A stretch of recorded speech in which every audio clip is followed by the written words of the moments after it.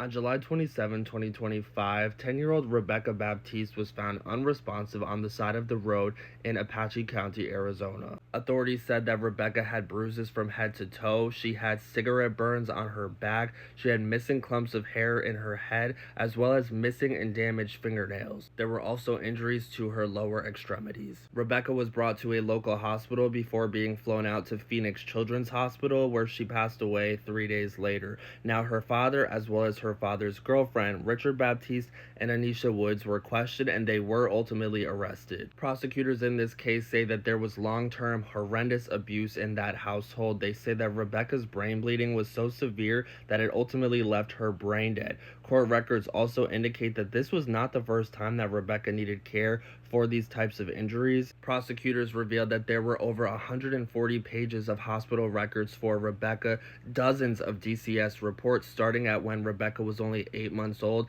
and up until her prior school year, when there were 12 reports made by faculty at her school. Throughout Rebekah's life, she was taken out of her father's custody several times. However, he was always given custody of her back. There was also a lot of documentation of Rebekah trying to run away from home. On July 9th and July 12th of this year, just prior to her passing, she did try to run away but was found and brought back home to her father. There was also an incident where Rebekah was hiding in a tree hoping that someone would find her and bring her to safety. However, again, she was ultimately returned back to her dad. Rebekah lived in a very remote area with her father, her siblings, and her father's girlfriend, as you can see right here. It was miles away from a main road. It was a far distance away from other neighbors, and reportedly their residents didn't even have running water. When Richard and Anisha were arrested, Richard denied ever harming his daughter, but then when he was presented with evidence against him, he did ultimately say that when she would misbehave,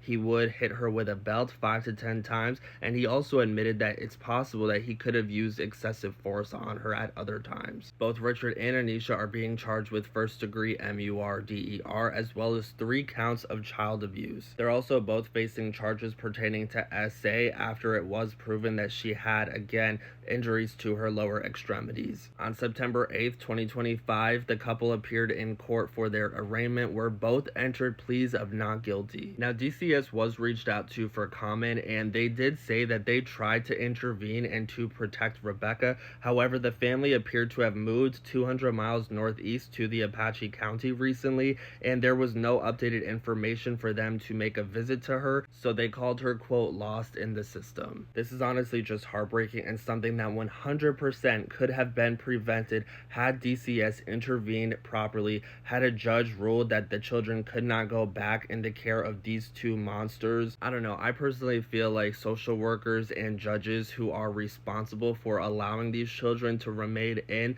the households around the people that they are around should be held accountable. This right here is the document from Arizona's Department of Child Safety. As you can see, the report started in August of 2015. You can pause to read if you'd like. They started off as being signs of neglect, and then they gradually started increasing to signs of abuse. The last report being made on May 19th, 2025.